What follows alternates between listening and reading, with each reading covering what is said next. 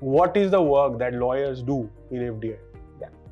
So, our job is to, India is a very regulated market. There is a regulation for everything.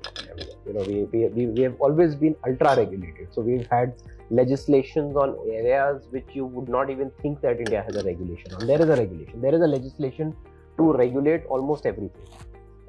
And when I had once found that there is a regulation that doesn't allow FDI into matchbox factories.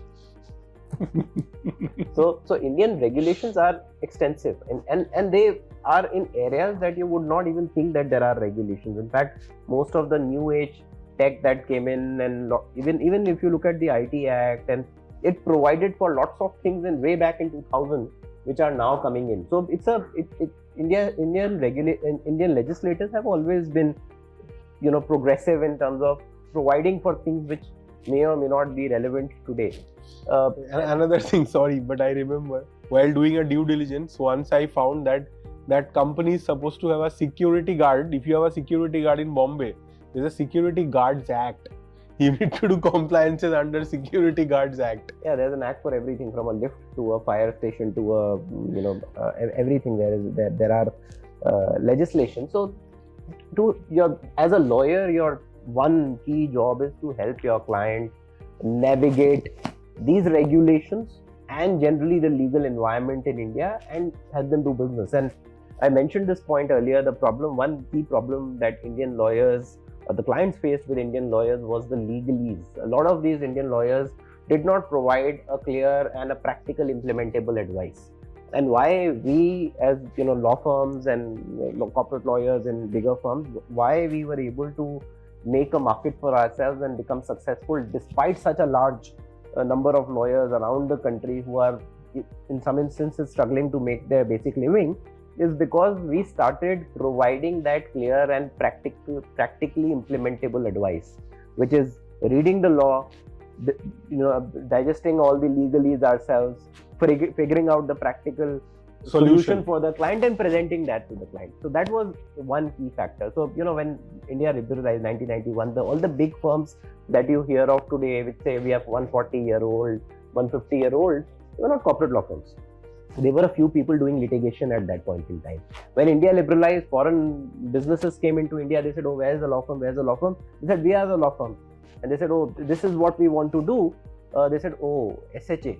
We need to, let's just figure out what it is, and reach out to different people and figure out what an SHA is." There was no internet, buy books and see the draft of an SHA. People were literally drafting things from scratch. There was nothing available. Not only drafting, some of the big law firms came up by doing FIPB approvals. There was a approval needed for you to bring FDI into India.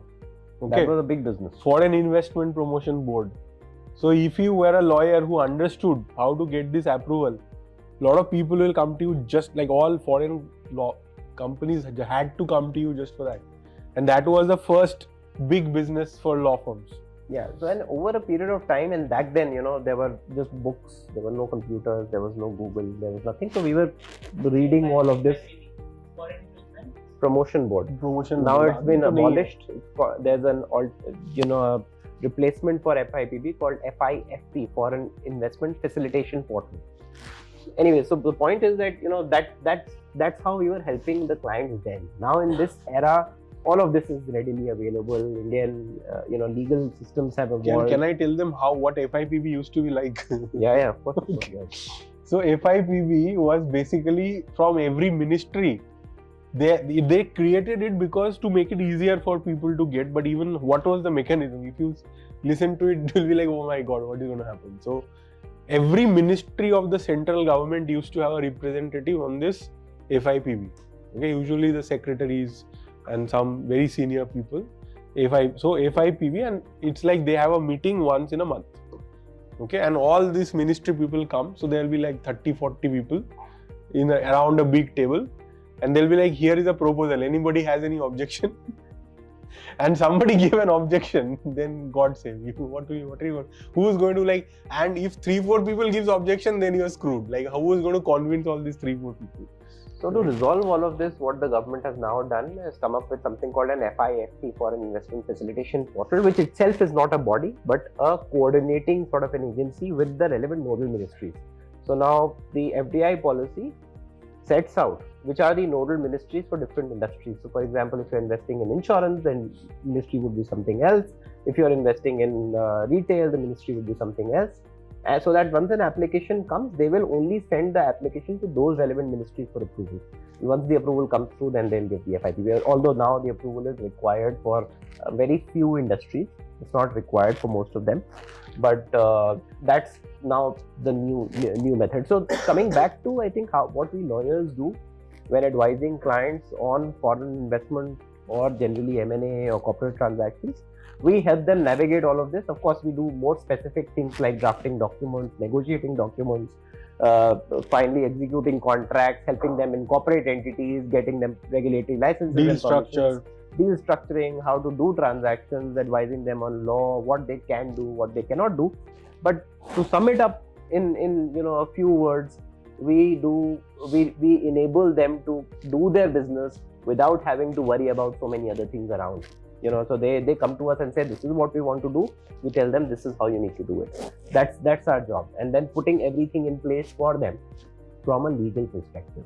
Of course, there'll be commercial advisors who will help them put up the commercial stuff. We'll be putting up their legal stuff. We'll be helping them incorporate their entity, enter into their contractual arrangements, helping with them with their employment arrangements, helping them with any court cases that get filed. So from all, depending on the type of law firm you are, so like somebody like us, we are full service, so we'll do everything. From tax to litigations to corporate to other contractual work to general advisory to employment. To create a cohesive sort of an environment for the client to then do the business, or if they are looking to do a deal, to create a entire framework within which they can undertake that deal, enable them. If they are in dispute, then to defend them before the relevant court or tribunal. While listening to you, you had said a very important point about to give people actionable insights on law rather than giving them a bunch of legalese, right? So there's a very funny thing that happened recently. I have another startup founder. So he was like, do you know about this law firm? Like, yeah, I've heard. So we had a question and we referred it to them because we had some opinion, but we wanted to cross-check. Our counsel said, give it to them, and we gave it. And they gave us a 60-page opinion on this one question. Yeah. And they charge good amount. That is not the point. The point is that we don't know what to do with this 60-page opinion. We don't able to understand what to do in the end. Yeah, that was the problem. And they did not give an executive summary. I'm like, okay, so what are you going to do? Like, just not going to hire them anymore. That's all. We did something we were thinking anyway. We did that, but now we are not going to hire them anymore. No, that was a big problem. In fact, even if you see the way the practice is being done now, corporate law practice versus what it was done, how it was done 10 years back. So we used to make like 200-page diligence reports back then. Yep. We will give an executive summary on top, but the diligence report itself, which used to be backing that exec summary, and we will, caveat the exec summary that don't read it alone, read it along with the detailed report, etc. Now all of that is gone. People want something called a red flag report now. They don't want a findings, summarization. They just want red flags. Tell us what the problems are. Also, don't just tell us what the problems are. Highlight them in red, green, and yellow. Risk matrix, how serious the risk is, and then tell us the mitigation measures. This is the problem.